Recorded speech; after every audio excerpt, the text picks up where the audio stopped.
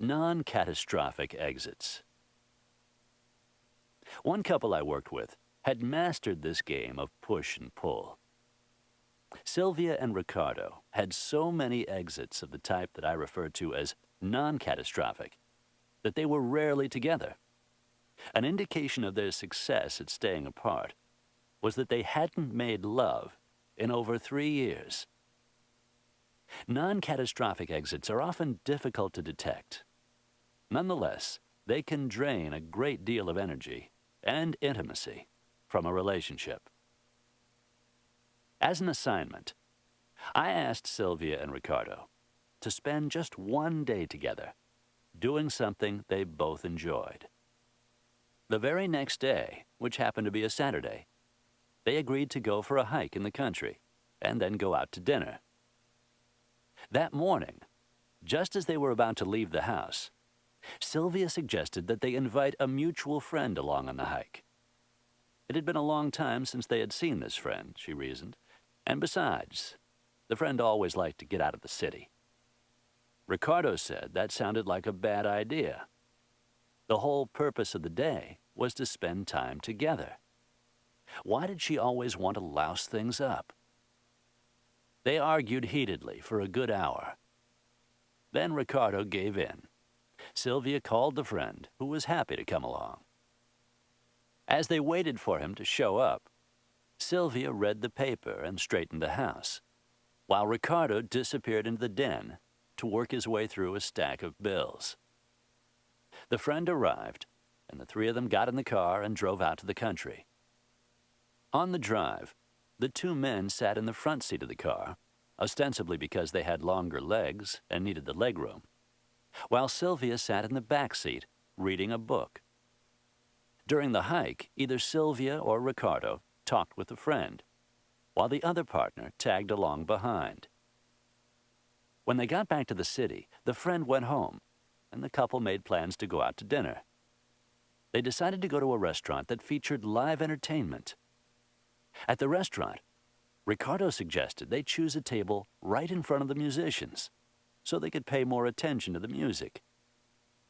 They had dinner and tried to carry on a conversation, but gave up because the music was so loud they couldn't hear each other. They left the restaurant at precisely 8:45 so they could be home in time for a favorite TV show. As soon as they entered the house, they automatically poured themselves a couple of drinks and stationed themselves in front of the television. Sylvia went to bed at 11 o'clock, after ritually urging Ricardo not to drink too much. And Ricardo stayed up until 1 in the morning, happily nursing his scotch and watching TV.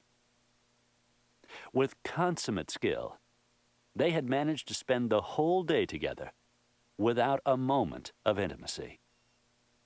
Although they didn't realize it, they were living an invisible divorce. The invisible divorce. To one degree or another, most couples who are involved in a power struggle follow a similar pattern. They structure their lives in such a way that true intimacy is virtually impossible. The way that they do this is often ingenious. By asking my clients a simple question, what does your spouse do to avoid you? I have come up with a list of over 300 different answers. Here's a fragment of that list. According to my informants, their mates were avoiding them by reading romance novels, disappearing into the garage, camping out on the phone, worshiping the car, spending too much time with the kids, being wedded to the computer, volunteering for every committee at church, spending too much time with the boat, spending time at her mom's, having an affair, avoiding eye contact, memorizing every word of the New York Times, falling asleep on the couch, being a sports junkie, coming home late for dinner, fantasizing while making love, being sick and tired all the time, not wanting to be touched, 4 scotches a night, spending too many evenings at the Rotary, lying, refusing to make love, having sex but not making love, living on the tennis court, bulimia, jogging 10 miles a day, going on weekend fishing trips, going shopping, having her own apartment, daydreaming, refusing to talk, smoking marijuana, playing video games until 2 in the morning, talking on the cell phone, working on the house all the time, masturbating, playing his guitar, keeping separate bank accounts, picking fights, reading magazines, doing crossword puzzles, refusing to get married, and going to bars.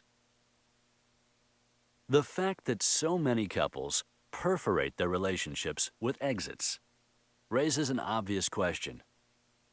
Why do men and women spend so much time avoiding intimacy? There are two very good reasons: anger and fear. Why the anger? In the romantic stage of a relationship, people find it relatively easy to be intimate because they are filled with the anticipation of wish fulfillment. Their partners seem to be mommy and daddy and doctor and therapist all rolled into one. Months or years later, when they come to the realization that their partners are committed to their own salvation, not theirs, they feel betrayed. A tacit agreement has been broken. In retaliation, they erect an emotional barricade. In effect, they are saying, "I am angry at you for not meeting my needs."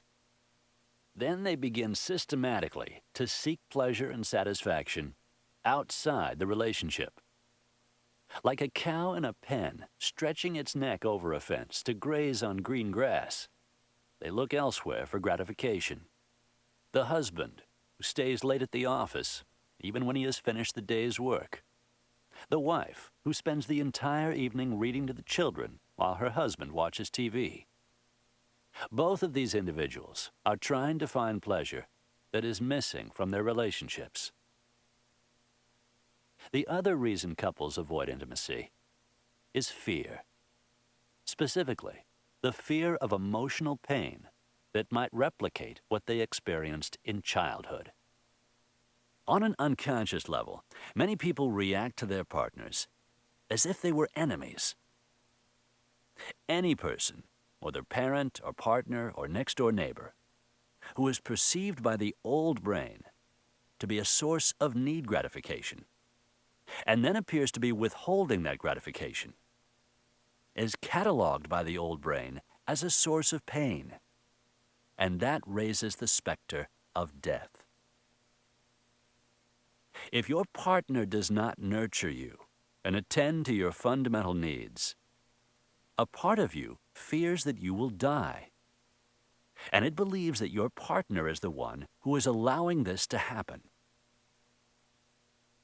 When a basic lack of nurturing is coupled with an onslaught of verbal and in some cases actual physical abuse, the partner becomes an even more potent enemy. The unconscious reason some people avoid their partners, therefore, is not that they're scouting for greener pastures, but that they are fleeing death. The appropriate image in this case is not the bucolic scene of a cow foraging for food, but that of a terrified lamb running away from a lion. In most cases, the fear of the partner is unconscious.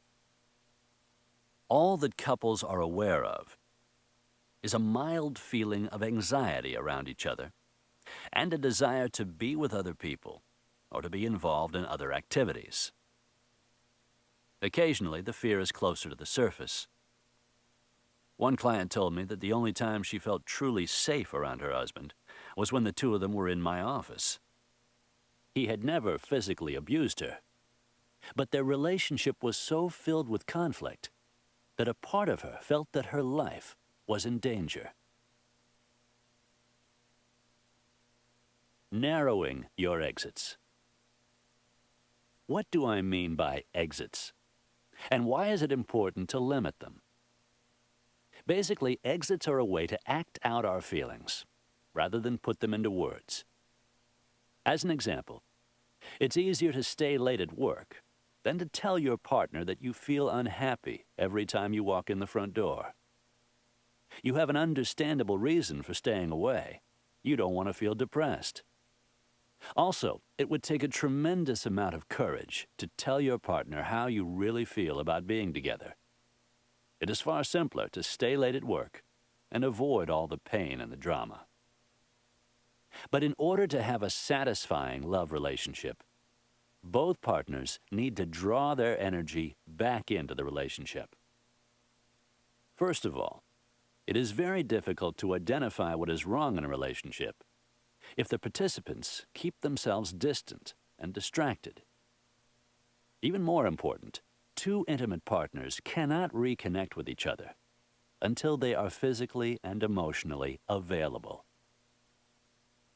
To help couples overcome their resistance to narrowing their exits, I rely on the principle known as graduated change.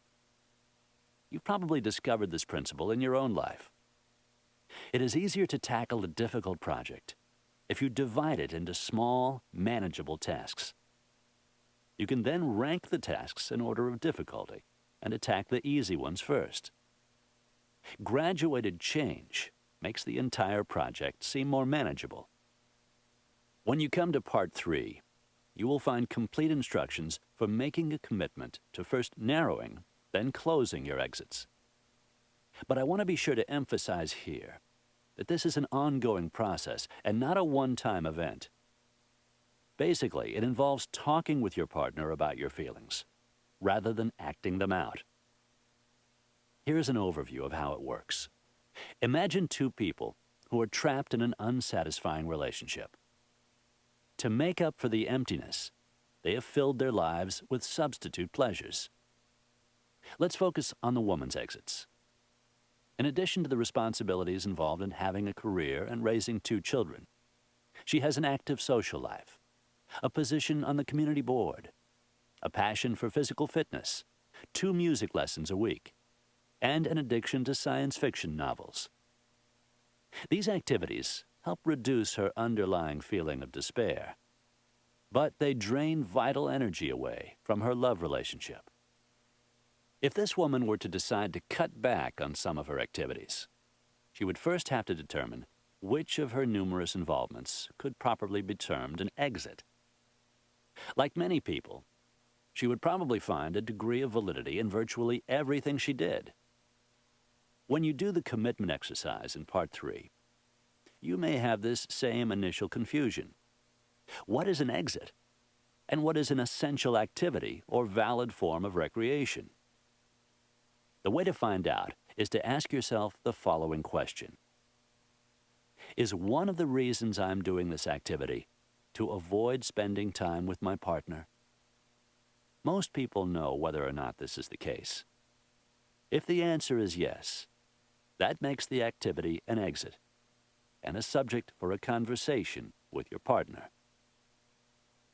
Let's suppose that this woman has asked herself this question and identified activities that she would be willing to curtail or eliminate.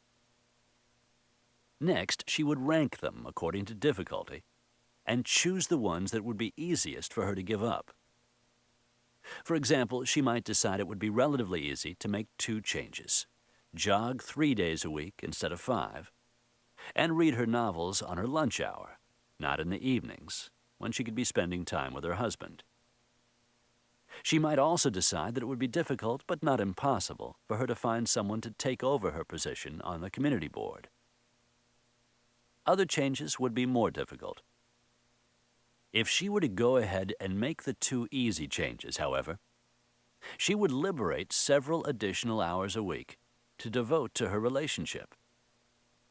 This would be a good place to start. Other changes, if necessary, could come later.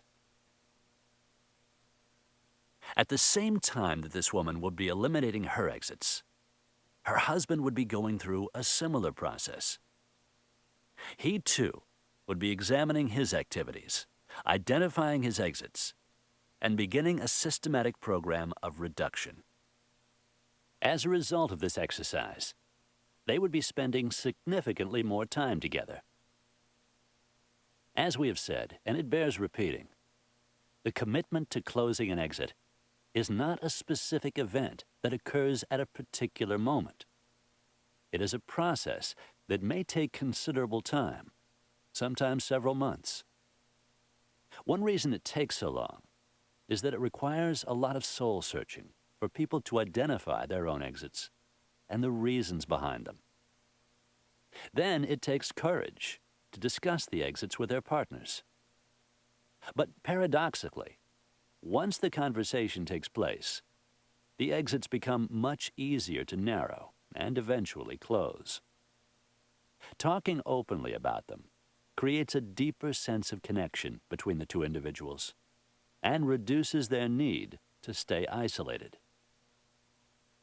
The best way for couples to talk about closing their exits is to ask for a dialogue. They could start by saying, "One way I act out in our relationship, rather than put my feelings into words, is thinking about suicide a lot, or fantasizing while we are making love. The reason I do this is because I feel I will never get your attention, or you are passive when we are making love." And then continue to talk until all the feelings are expressed. Then the other partner does the same, until both have put all their unexpressed feelings into words and asked for appropriate changes in behavior. When they do this on a regular basis, the need to act out diminishes and is replaced with deeper feelings of connection. The reaction to this heightened interaction varies from couple to couple. Some couples enjoy the additional contact. Others find that commitment to narrowing down and closing off their exits leaves them fewer avenues of escape from painful situations. Although this is not a pleasant outcome, they learn from the exercise nonetheless. They begin to understand why they've been avoiding each other. And this is an important first step in therapy. Till death do us part. When I lead couples through these series of commitments, an agreement to 1. Come to a minimum of 12 therapy sessions. 2. Define a relationship vision. 3. Stay together for a specified period of time. And 4. Gradually close their exits. I let them know that all of these separate agreements ideally lead to a larger commitment. A decision to join together in a journey that will last the rest of their lives.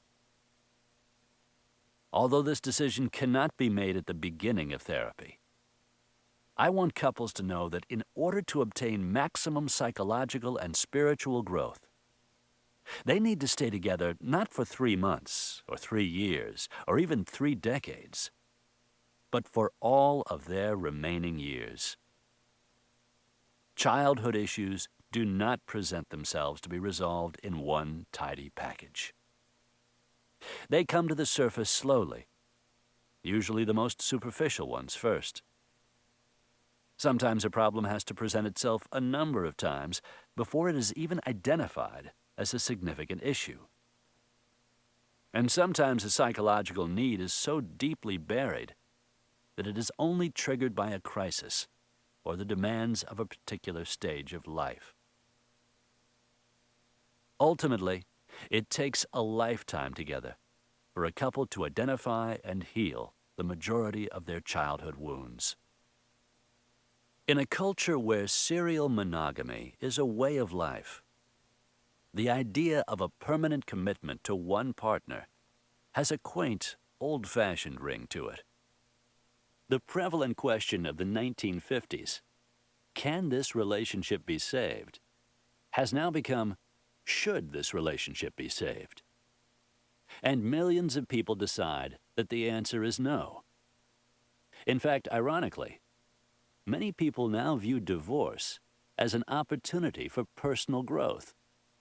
It's not within relationship that people grow and change, according to this increasingly popular view. It's when the relationship falls apart. People believe that separation opens their eyes to their self-defeating behaviors and gives them an opportunity to resolve those problems with a new partner.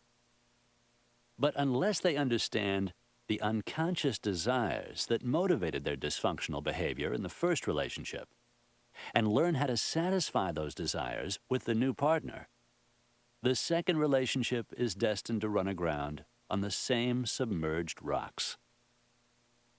Ironically, the more Helen and I have become involved in a psychological study of love relationships, the more we find ourselves siding with the more conservative proponents of love relationships. We have come to believe that couples who decide to make a lifelong commitment should make every effort to honor their vows to stay together, till death do us part, not for moral reasons, but for psychological ones. Fidelity and commitment create the feeling of safety that allows couples to work on their unconscious issues and heal their childhood wounds. The unconscious purpose of all committed love relationships. In Part 3, you will have an opportunity to deepen your commitment to each other and begin a process of growth and change. The suggested time period for completing all 18 exercises is 10 weeks. Dedicating 2.5 months of your time to improving your relationship may be all that you need to begin realizing your relationship vision. If you need more time, take it. It is a worthy investment to give love a chance, no matter how long it takes. Chapter 8. Creating a Zone of Safety. From Soren Kierkegaard. Perfect love means to love the one through whom one became unhappy. Once a couple has made a commitment to stay together and work on their relationship, the next logical step is to help them become allies, not enemies. It's fruitless to take two people who are angry with each other and try to lead them along a path of spiritual and psychological growth. They spend too much time trying to knock each other off the road.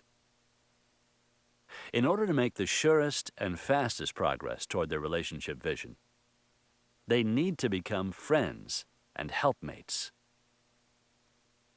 But how is this going to happen?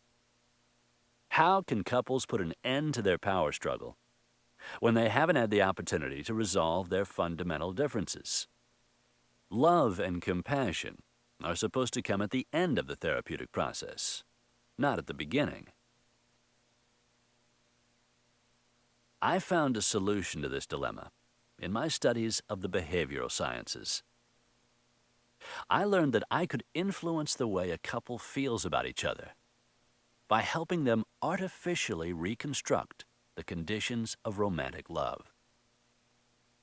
When two people treat each other the way they did in happier times, they begin to identify each other as a source of pleasure once again. And this makes them more willing to take part in intensive therapy. Insight and behavioral change. Years ago, I was resistant to the idea of such a direct approach to the alteration of my clients' behavior. Coming from a psychoanalytic tradition, I was taught that the goal of a therapist was to help clients remove their emotional blocks. Once they had correctly linked feelings they had about their partners with needs and desires left over from childhood, they were supposed automatically to evolve a more rational, adult style of relating. This assumption was based on the medical model, that once a physician cures a disease, the patient automatically returns to full health. Since most forms of psychotherapy come from psychoanalysis, which in turn has its roots in 19th century medicine, the fact that they rest on a common biological assumption is not surprising. But years of experience with couples convinced Helen and me that a medical model is not a useful one for relationship therapy. When a physician cures a disease, the body recovers spontaneously because it relies on genetic programming. Each cell of the body, unless it is damaged or diseased, contains all the information it needs to function normally. But there is no genetic code that governs relationships. Long-term love relationships are a cultural creation imposed on biology. Because people lack a built-in set of social instructions, they can be trapped in unhappy relationships after months or even years of productive therapy. Their emotional blocks may be removed, and they may have insight into the cause of their difficulties, but they still cling to habituated behaviors. Like many couples therapists, I came to the conclusion that I would have to play an active role in helping couples redesign their relationships. Insight into childhood wounds is a critical element in therapy, but it isn't enough. People also need to learn how to let go of counterproductive behaviors and replace them with more effective ones. Caring behaviors. A behavioral approach proved especially useful in restoring a couple's sense of love and goodwill. In his book, Helping Couples Change, a social learning approach to marital therapy, psychologist Richard Stewart presents an exercise for couples that helps them feel more loving toward each other simply by engaging in more loving behaviors. Called Caring Days, the exercise instructs husbands and wives to write down a list of positive, specific ways their partners can please them. For example, a man might write down, "I would like you to massage my shoulders for 15 minutes while we watch television." Or, "I would like you to bring me breakfast in bed on Sunday morning." The partners are to grant each other a certain number of these caring behaviors a day, no matter how they feel about each other. Stewart discovered that the exercise generated significant changes in the details of the couple's daily interaction during the first 7 days of therapy, a very firm foundation upon which to build subsequent suggestions for change. To see whether or not this behavioral approach actually worked, I decided to try it out on Harriet and Dennis Johnson. I chose the Johnsons because they were as unhappy with each other as any couple in my practice. One of Harriet's main anxieties was that Dennis was going to leave her. In a desperate effort to hold his interest, she flirted conspicuously with other men. To her dismay, Dennis responded to her flirtatious behavior the same way he responded to just about everything else she did, with stoic reserve. During one session, he mentioned that he was even trying to adjust to the fact that Harriet might one day have an affair. His quiet heroics exasperated his wife, who was trying everything within her power to penetrate his defenses and get him to be more interested in her. Those rare times when she managed to get him riled up, he would behave in typical isolator fashion and flee the house. Most of their fights ended with Dennis's zooming off to safety in his Audi sedan. To lay the groundwork for the exercise, I asked Dennis and Harriet to tell me how they had treated each other when they were first in love. As I listened to them, I had the strange feeling that they were talking about two different people. I couldn't imagine Dennis and Harriet going on long Sunday bike rides together, leaving work to meet each other at the movies, and calling each other on the phone 2 or 3 times a day. What would happen, I asked them when I recovered from my amazement, if you were to go home today and start doing all those things again? What if you were to treat each other the same way you did when you were courting? They looked at me with puzzled expressions. "I think I would feel very uncomfortable," Dennis said after a moment's reflection. "I don't like the idea of acting differently from the way I feel. I would feel dishonest. I don't have the same feelings toward Harriet that I used to, so why should I treat her as if I did? Harriet agreed. It would feel like we were play acting, she said. We may not be happy, but at least we try to be honest with each other. When I explained that taking part in the experiment might help them over their impasse, they agreed to give it a try, despite their initial objections. I carefully explained the exercise to them. They were to go home, make their lists, and volunteer to give each other 3 to 5 of those behaviors a day. The behaviors were to be gifts. They were to view them as an opportunity to pleasure each other, not as a bartering tool. And most important of all, they weren't to keep score. They were to focus only on the giving end of the equation. They left the office promising to give the exercise an honest effort. At the beginning of their next appointment, Dennis reported on the results of the experiment. "I think you're really on to something, Harville," he said. "We did what you asked us to do, and today I feel a lot more hopeful about our marriage." I asked him to tell me more. Well, the day after our appointment, I found myself driving around town in a black mood. Dennis volunteered. I can't even remember what made me feel so down. Anyway, I decided that it was as good a time as any to do what you asked. So I stopped off at a variety store and bought Harriet some flowers. That was one of the requests on her list. So I gritted my teeth and picked out some daisies, because I remembered she always liked daisies. The clerk asked me if I wanted a note card, and I said, why not? I remember saying to myself, we're paying Dr. Hendricks a lot of money to make things better, so I'd better do this all the way. When I came home, I signed the card, "I love you." He paused for a moment. The thing that surprised me, Harville, was that as I handed Harriet the flowers, I really did care for her. And when I read the card, Harriet added, tears came to my eyes. It's been so long since he's told me he loved me.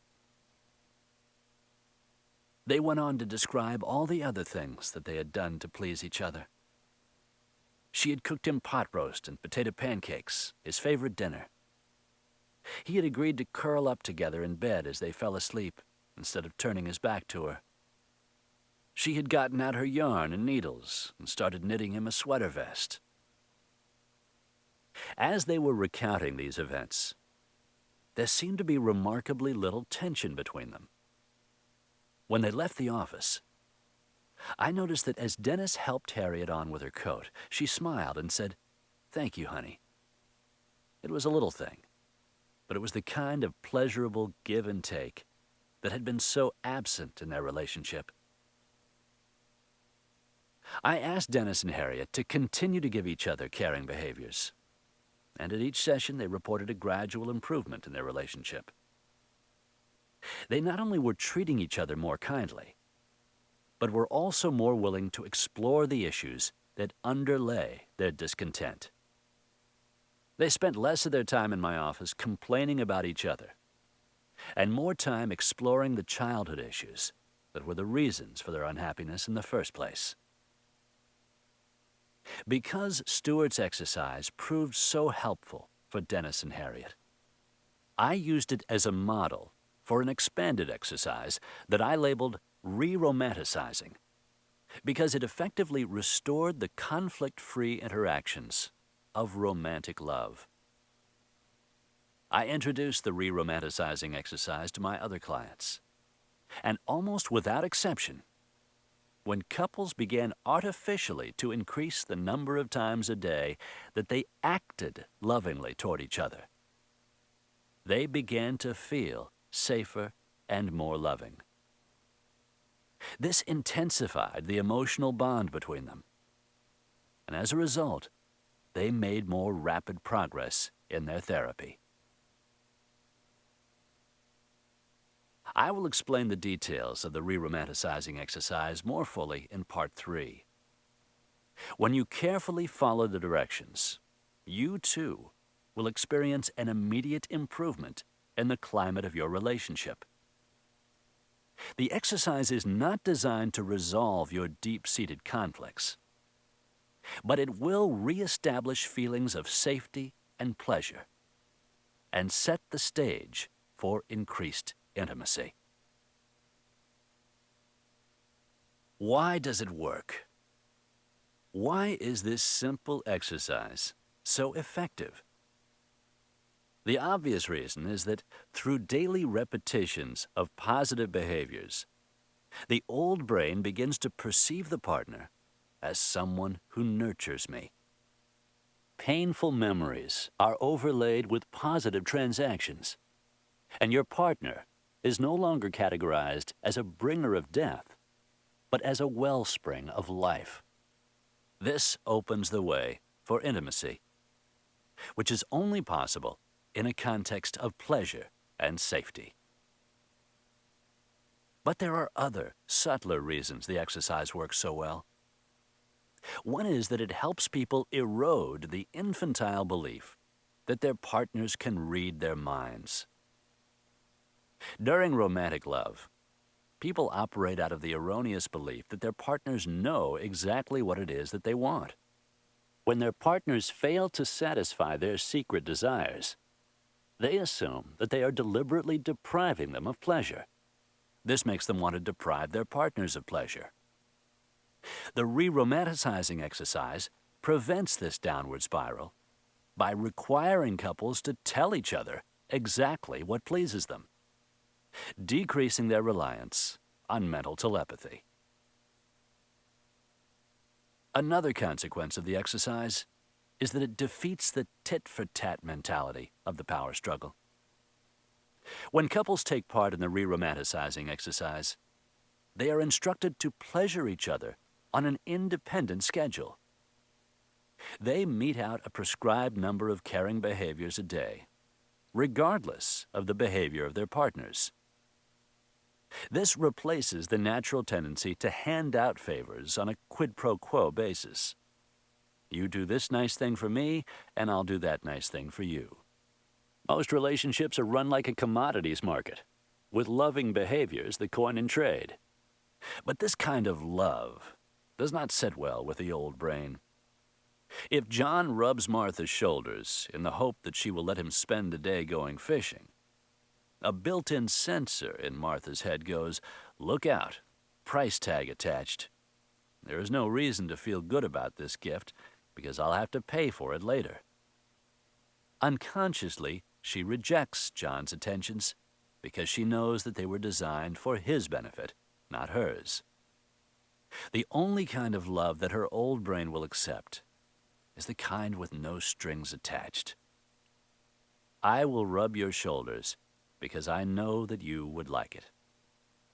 The back rub has to come as a gift. This need to be gifted comes straight out of our childhood. When we were infants, love came without price tags. At least for the first few months of our lives, we didn't have to reciprocate when we were patted or rocked or held or fed.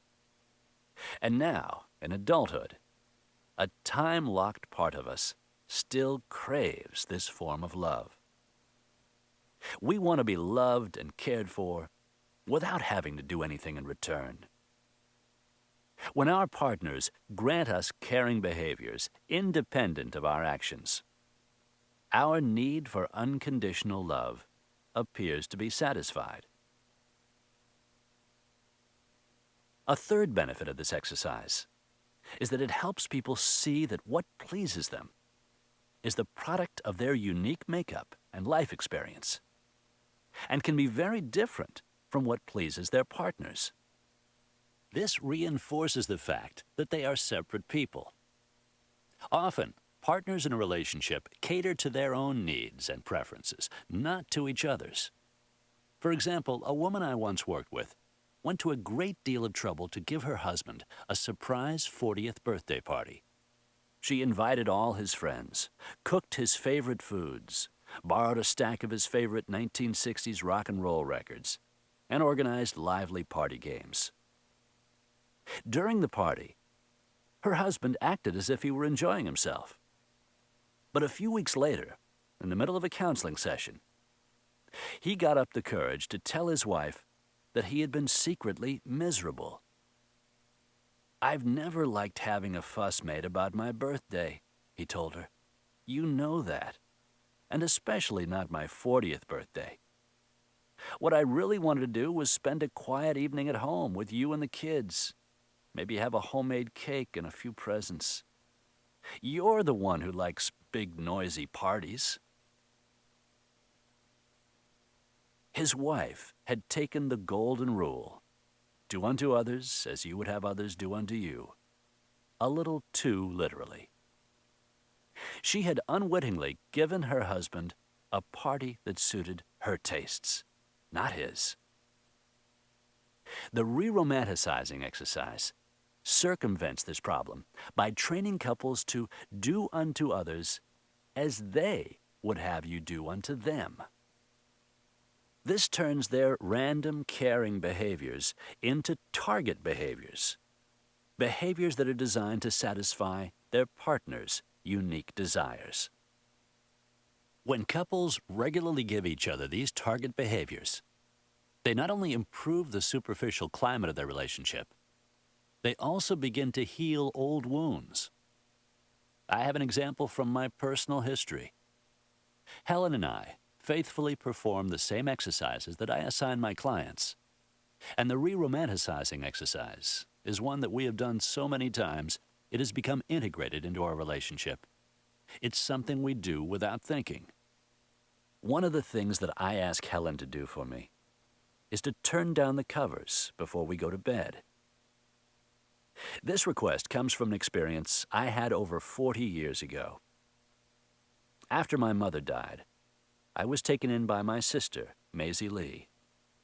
She was only 18 at the time and recently married, but she did a wonderful job of caring for me. One of the things that touched me most was that she would always find time to go into my room before bedtime, turn down my covers, and put out a glass of orange juice or milk for me to drink.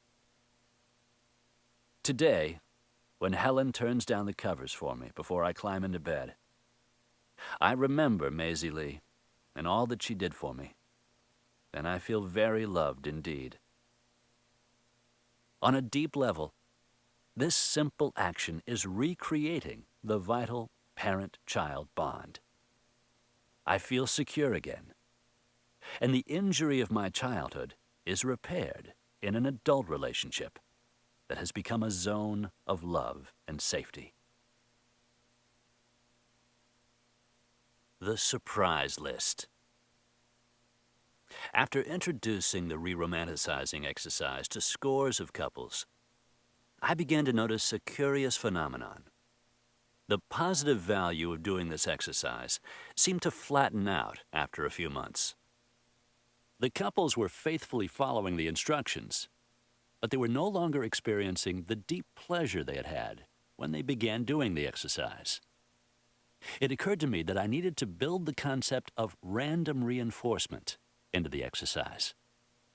Random reinforcement, one of the principles of behavioral science, is the idea that a pleasurable action loses its effectiveness if it's repeated with predictable regularity. For example, if your partner brings you coffee in bed every morning, it no longer feels as special as it did when it was an occasional act or treat. Random rewards, on the other hand, create an air of uncertainty and expectancy that increases their impact on the receiver. This concept was discovered accidentally by a group of scientists who were training laboratory animals by rewarding them with treats. One day, the apparatus that dispensed the treats malfunctioned, and the animals were not rewarded for their efforts. The next day, the machine was repaired, and the regular reward schedule was resumed. To the trainer's surprise, the animals were even more highly motivated to perform than before. The fact that the reward had become unpredictable improved their performance. The phenomenon of random reinforcement can easily be observed in daily life. Most husbands and wives give each other presents on special occasions like birthdays and Christmas and anniversaries. These gifts are so customary that they are almost taken for granted. Although the presents may be enjoyed, they don't carry the same emotional impact as a present that is given as a total surprise. A behaviorist would say that the reason routine gifts aren't as exciting is that the psychoneurological system has become desensitized to predictable, repetitive pleasure. The same principle applies to the re-romanticizing exercise. When couples become locked into a particular kind of caring behavior, for example, when they give each other back rubs every night before bed, or a bouquet of flowers every Saturday, they begin to derive less pleasure from them. A curveball needs to be thrown in now and then to pique their interest.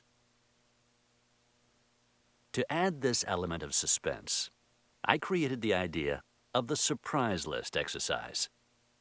These were caring behaviors above and beyond those requested by either partner. Each would generate a list by paying close attention to their partner's wishes and dreams.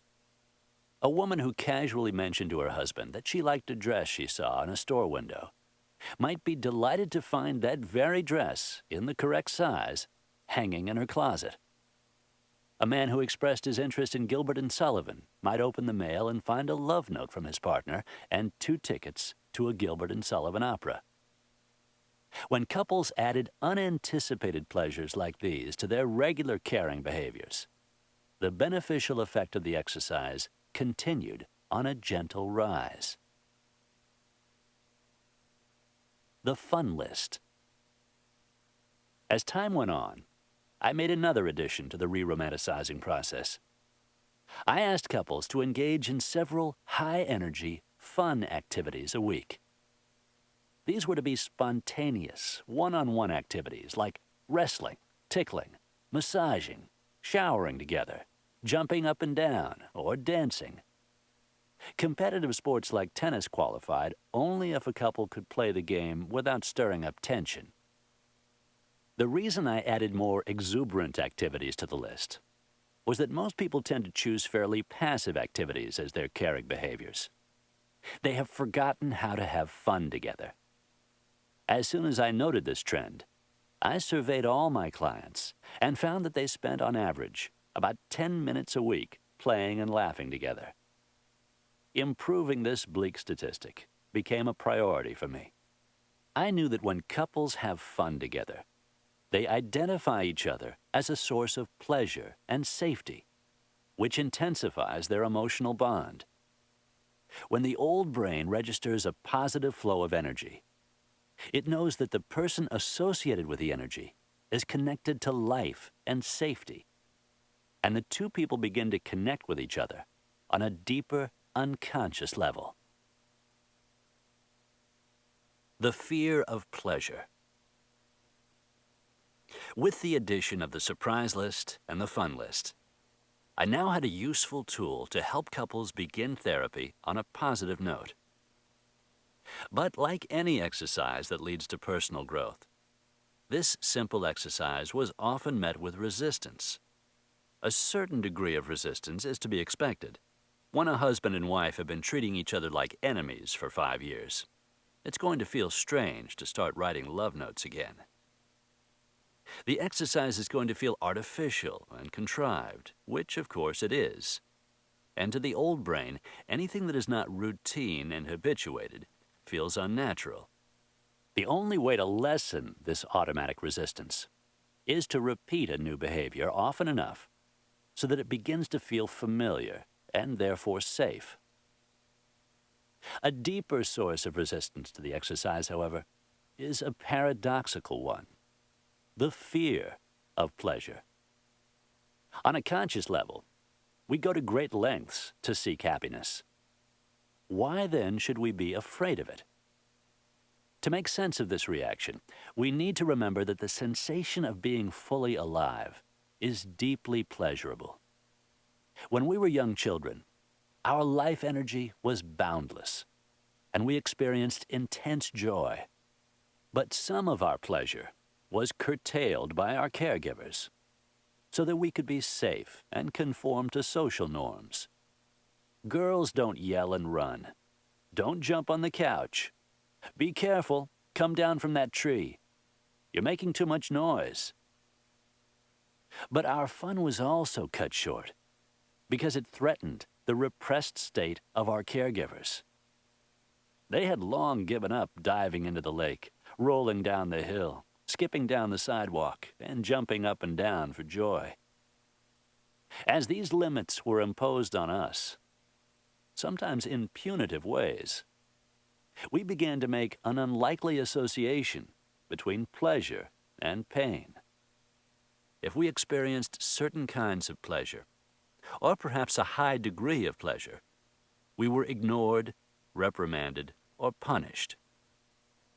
On an unconscious level, this negative stimulus triggered the fear of death.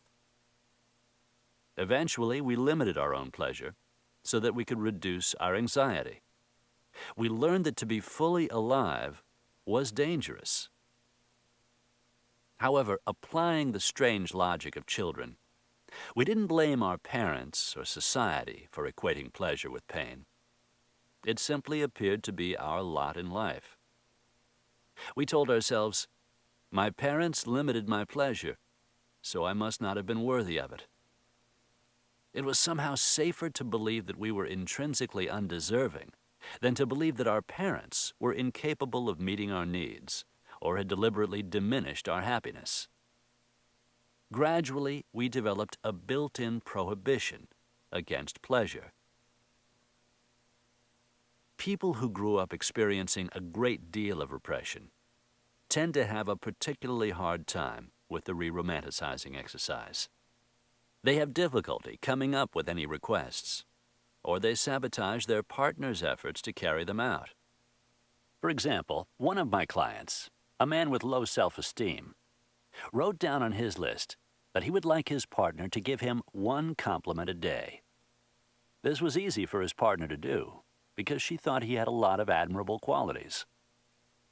But when she tried to give him a daily compliment, he would immediately contradict her statement or qualify it to the point where it became meaningless.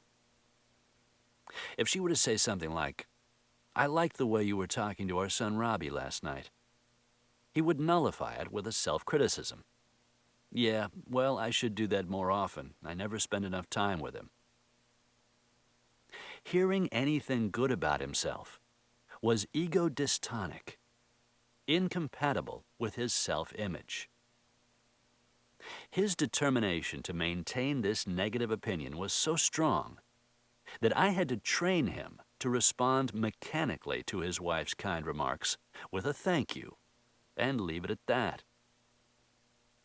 There was one man in my practice whose resistance to the re-romanticizing exercise took a different form. He just couldn't seem to understand the instructions. "Dr. Hendricks," he told me after the second session, devoted to an explanation of the exercise, "I just don't get the hang of this. Now, what is it I'm supposed to do?" I went over the instructions once again, making sure they were clearly understood. I knew, however, that his lack of comprehension was a cover-up for his inability to ask for something pleasurable. To help him over his emotional roadblock, I told him that even though it appeared that asking his wife to do nice things for him was solely for his benefit, it was also a way for his wife to learn how to become a more loving person, which happened to be true. When it was put in this less self-serving context, he quickly understood the exercise. He was able to call a truce with the demon inside of him that told him he was not worthy of love. He took out a pencil and in a matter of minutes came up with a list of 26 things he would like her to do for him. Isolators often have a difficult time with this exercise. They want to cooperate, but they just can't think of anything their partners can do for them. They don't seem to have any needs or desires. What they are really doing is hiding behind the psychic shield they erected as children to protect themselves from overbearing parents. They discovered early in life that one way to maintain a feeling of autonomy around their intrusive parents was to keep their thoughts and feelings to themselves. When they deprived their parents of this valuable information, their parents were less able to invade their space. After a while, many isolators do the ultimate disappearing act and hide their feelings from themselves. In the end, it is safest not to know. It is often the case, as I've mentioned before, that isolators unwittingly recreate the struggle of their childhood by marrying fusers, people who have an unsatisfied need for intimacy. This way, they perpetuate the conflict that consumed them as children, not as an idle replay of the past or as a neurotic addiction to pain, but as an unconscious act aimed at the resolution of fundamental human needs. When a fuser-isolator couple does this exercise, it results in a predictable dichotomy. The isolator painfully ekes out one or two requests, while the fuser furiously scribbles a long list of "I wants." To the casual observer, it appears that the isolator is a self-sufficient individual with few needs, and the fuser has limitless desires. The fact of the matter is that both individuals have the identical need to be loved and cared for. It's just that one of them happens to be more in touch with those feelings than the other. Whatever a person's reason for resisting this exercise, my prescription is the same. Keep doing the exercise exactly as described. Even if it causes you anxiety, keep it up. Do it harder and more aggressively than before. Eventually, your anxiety will go away. Given enough time and enough repetitions, the brain can adjust to a different reality. The person with low self-esteem can gradually carve out a more positive identity. The isolator has a chance to discover that sharing secret desires does not compromise his or her independence. The fear of new behaviors gives way to the pleasure they stimulate, and they begin to be associated with safety and life. The caring behavior exercise becomes a comfortable, reliable tool for personal growth. Insight and behavioral change. This caring behavior exercise, and several other exercises that you will hear about in coming chapters, have convinced me that insight and behavioral change make powerful allies. It is not enough for partners to understand the unconscious motivations that they bring to their relationship. Insight alone does not heal childhood wounds. Nor is it sufficient to introduce behavioral changes into a relationship without the couples understanding the reasons behind them. In either case, the couples experience only limited growth. Experience has taught me that the most effective form of therapy is one that combines both schools of thought. As you learn more about your unconscious motivations and transform these insights into supportive behaviors, you can create a more conscious and ultimately more rewarding relationship. Chapter 9. Increasing your knowledge of yourself and your partner. From John chapter 8, verse 32. And ye shall know the truth, and the truth shall make you free. Although we all agree in principle that our partners have their own points of view and their own valid perceptions, at the emotional level, we are reluctant to accept this simple truth. We like to believe that the way we see the world is the way the world is. When our partners disagree with us, it is tempting to think that they are ill-informed or have a distorted point of view. How else could they be so wrong? Some people are particularly entrenched in their private view of the world.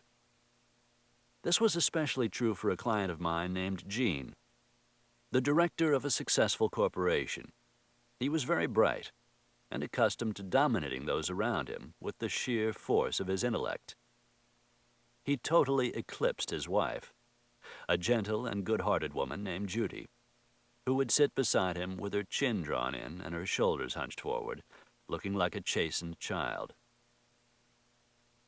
One of my objectives during their initial therapy sessions was to bolster Judy up so that she would have enough courage to express her opinions in front of her imposing husband.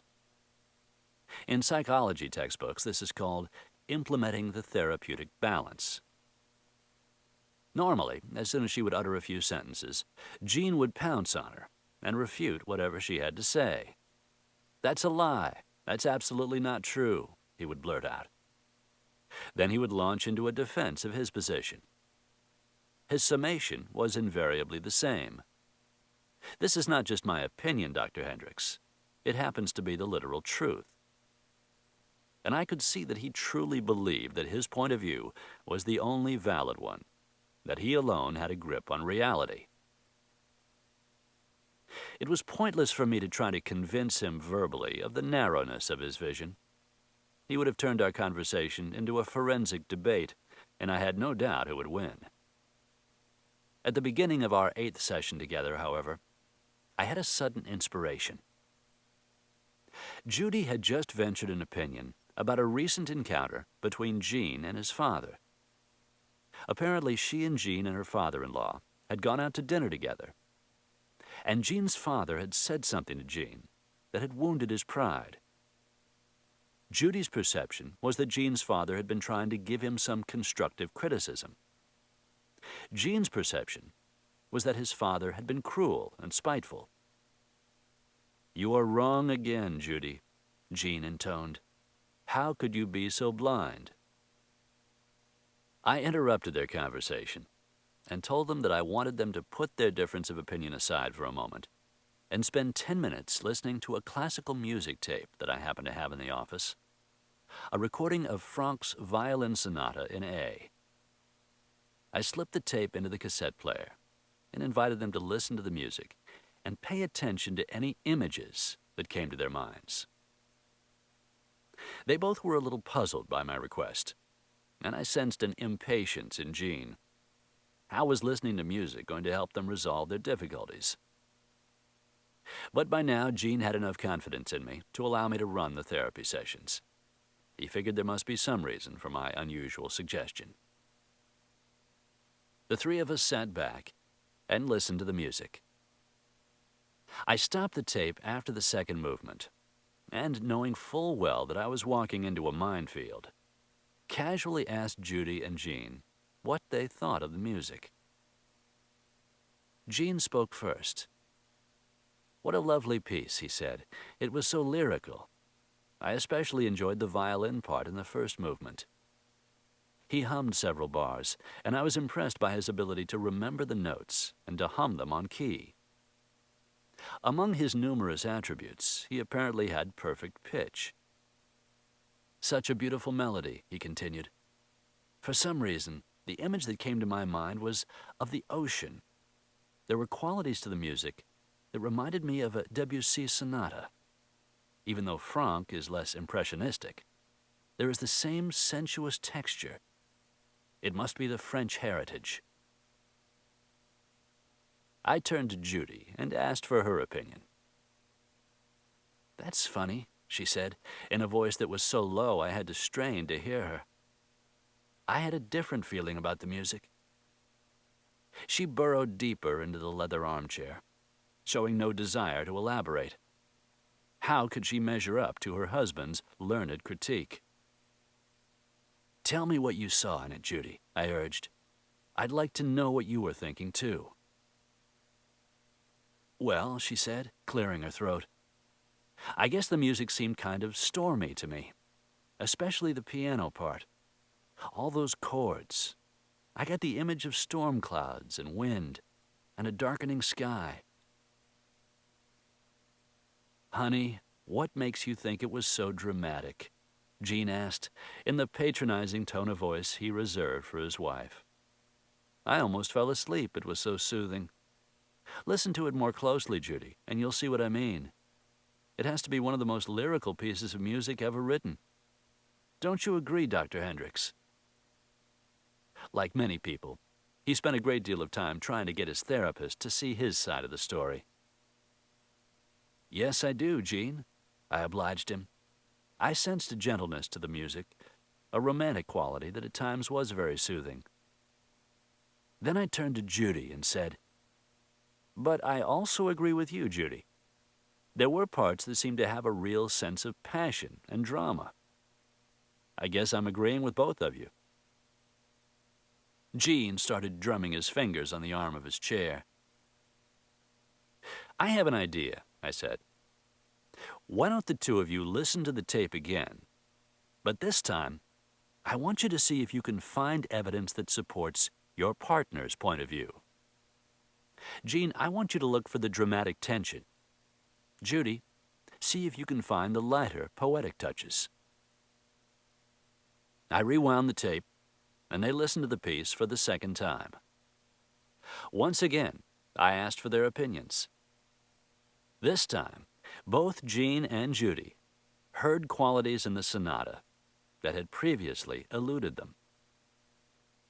Jean made an interesting observation. The first time he had listened to the sonata, he said, he had been instinctively drawn to the violin. When he forced himself to pay more attention to the piano, he could see why he and Judy had had such different initial reactions. "There is a lot of tension to the music," he conceded, "especially in those piano arpeggios in the beginning of the second movement. That was a beautiful passage that slipped by me the first time through. My mind must have been on something else. I can see how someone might think the music was stormy." Judy, meanwhile, had been able to understand Jean's first impression. The music hadn't seemed so overwhelming to her the second time around. "There are some lovely, quiet parts," she said. "In fact, the whole first movement is really quite subdued." By listening to the music from each other's point of view, they had learned that the sonata was a richer piece of music than either of them had first perceived. There were serene passages and dramatic passages. It was complex, multifaceted. "I wonder what would happen if we could talk to the performers and get their impressions," wondered Jean, "and then talk to a music historian. I bet each person could add a great deal to the music. The sonata would acquire more and more depth." I couldn't have been more pleased with the way this discussion was going. My gamble had paid off. "That's exactly what I hoped you would see," I said to him. "That's the whole point of this exercise. If the two of you would look at everything in the same open-minded way, you would realize two things. First, that each of you has a valid point of view. Second, that reality is larger and more complex than either of you will ever know. All you can do is form impressions of the world, take more and more snapshots, each time aiming for a closer approximation of the truth. But one thing is certain. If you respect each other's point of view and see it as a way to enrich your own, you will be able to take clearer, more accurate pictures." Given their new spirit of cooperation, I guided Jean and Judy back through a discussion of Jean's encounter with his father. Jean was able to entertain the idea that there had been some goodwill behind his father's criticism. Perhaps he had been screening out his father's good intentions, just the way he had screened out the piano part to the Franck Sonata. Judy, in turn, gained a greater appreciation for the long-term tension between father and son. When she mentally reviewed the dinner conversation in the context of the troubled history between Jean and his father, She could understand why her husband had been so upset by what had at first seemed to her to be a casual, well-intentioned remark. All of a sudden, they had binocular, not monocular vision. Hidden sources of knowledge. When you accept the limited nature of your own perceptions and become more receptive to the truth of your partner's perceptions, a whole world opens up to you. Instead of seeing your partner's differing views as a source of conflict, you realize that they are a source of knowledge. What are you seeing that I am not seeing? What have you learned that I have yet to learn? Relationships give you the opportunity to be continually schooled in your own reality and in the reality of another person. Every one of your interactions contains a grain of truth, a sliver of insight, a glimpse into your hiddenness and your wholeness. As you add to your growing fund of knowledge, you are creating reality love, a love based on the emerging truth of yourself and your partner, not on romantic illusion. In Chapter 6, we discussed a number of specific areas in which you can increase your knowledge. You have the opportunity to become more aware of the hidden agenda you bring to your relationship, of your disowned character traits, of your partner's inner world, and of the healing potential of your relationship. As you can see from this brief look at Judy and Jean's relationship, acquiring this information depends to a large degree on your willingness to value and learn from each other's perceptions. Once both of you demonstrate a desire to expand your individual conceptions of the world, the details of everyday life become a gold mine of information. An especially good area to mine for this hidden information is your spoken and unspoken criticisms of your partner. You never come home on time. I can never lean on you. Why don't you think of me for a change? You are so selfish. At the time you are making these statements, you believe them to be accurate descriptions of your partner. But the truth of the matter is that they are often descriptions of parts of yourself. Take a look at this example to see how much information can be gleaned from one chronic emotional complaint. Let's suppose that a woman routinely criticizes her husband for being disorganized. You are always disorganized. I can never depend on you. When her husband demands some specific examples, she retorts, "You are terrible about planning for vacations. You always forget the essentials when we go camping. You never remember the kids' birthdays. And you always leave the kitchen a jumbled mess when you cook." Not surprisingly, the man's automatic response to this cluster of accusations is a blanket denial, followed by a counter-criticism. "That's not true. You're exaggerating. You're more disorganized than I am." How can this heated argument be turned into useful information?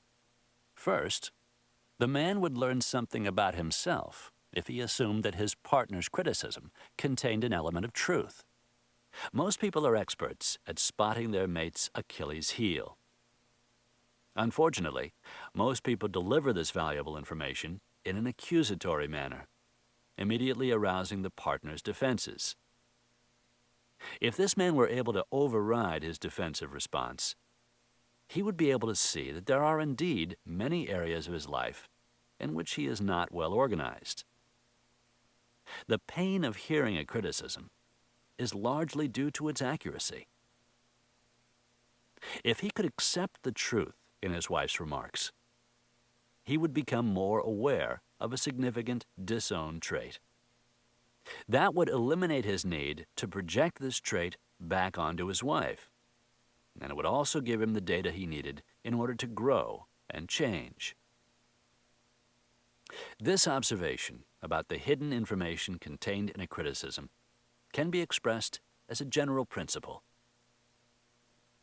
Principle 1. Most of your partner's criticisms of you have some basis in reality. What else could the couple learn from the above interchange? If the woman had an open mind, she might be able to gain some valuable information about her own childhood wounds. She could do this by following a simple procedure. First, she could write her criticism on a piece of paper. "You are always so disorganized." Then she could answer the following questions. How do I feel when my partner acts this way? What thoughts do I have when my partner acts this way? What deeper feelings might underlie these thoughts and feelings? Did I ever have these thoughts and feelings when I was a child? By going through this simple analytical process, she could determine whether or not her partner's behavior brought back any strong memories from her childhood. Let's suppose the exercise helps the woman discover that her parents were always disorganized and had little time or energy to pay attention to her needs. Not surprisingly, when her partner acts in a similar manner, she is filled with the same fears she had as a child. Buried in her criticism of her partner, therefore, is a plaintive cry from childhood. Why can't someone take care of me? This leads us to a second general principle. Principle 2. Many of your repetitious emotional criticisms of your partner are disguised statements of your own unmet needs.